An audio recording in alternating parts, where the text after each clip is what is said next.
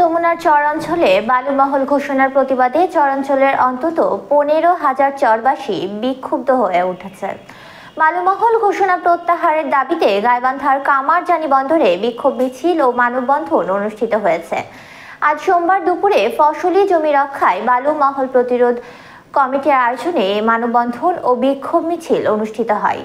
আজ সকাল থেকে গাইবান্ধা শহর থেকে 10 কিলোমিটার দূরে তিস্তা ও ব্রহ্মপুত্র নদীর তীরে এবং কামারজানি বন্দরে জামায়াত হতে থাকে চরাঞ্চলের হাজার হাজার দরিদ্র নারী পুরুষ।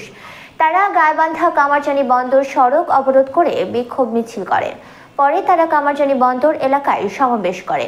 সমাবেশে বক্তব্য রাখেন ওয়ার্কার্স পার্টির কেন্দ্রীয় নেতা আমিনুল ইসলাম গোলাপ, মঞ্জুর করিম মিঠু, সিপিপি নেতা মোস্তাফিজুর রহমান, আহসানুল হাবিব সাইদ, বিএনপি নেতা আব্দুল আওয়াল আরজু, অ্যাডভোকেট নীলুফার ইয়াসমিন শিল্পী, ইউপি চেয়ারম্যান মতিয়ার রহমান, ইমদাদুল হক, কামরুজ্জামান পাপুল, মোশাররফ হোসেন, আফসার আলী, জহুরুল হক, মজু আহমেদ, শাহ কামাল হোসেন সহ বিভিন্ন রাজনৈতিক দলের নেতাকর্মীরা।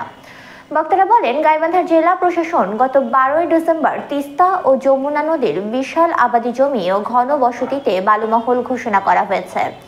এই বালুমহল বাস্তবায়ন করা হলে ঐতিহ্যবাহী কামারজানি বন্দর সহ বিস্তীর্ণ জনপদ ও আবাদি জমি, স্কুল, মাদ্রাসা, মসজিদ বালুমহলের কারণে নদীতে পরিণত হবে।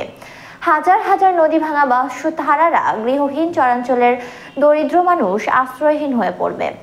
ফলে এলাকায় কর্মহীন লোকের সংখ্যা আরও বৃদ্ধি পাবে।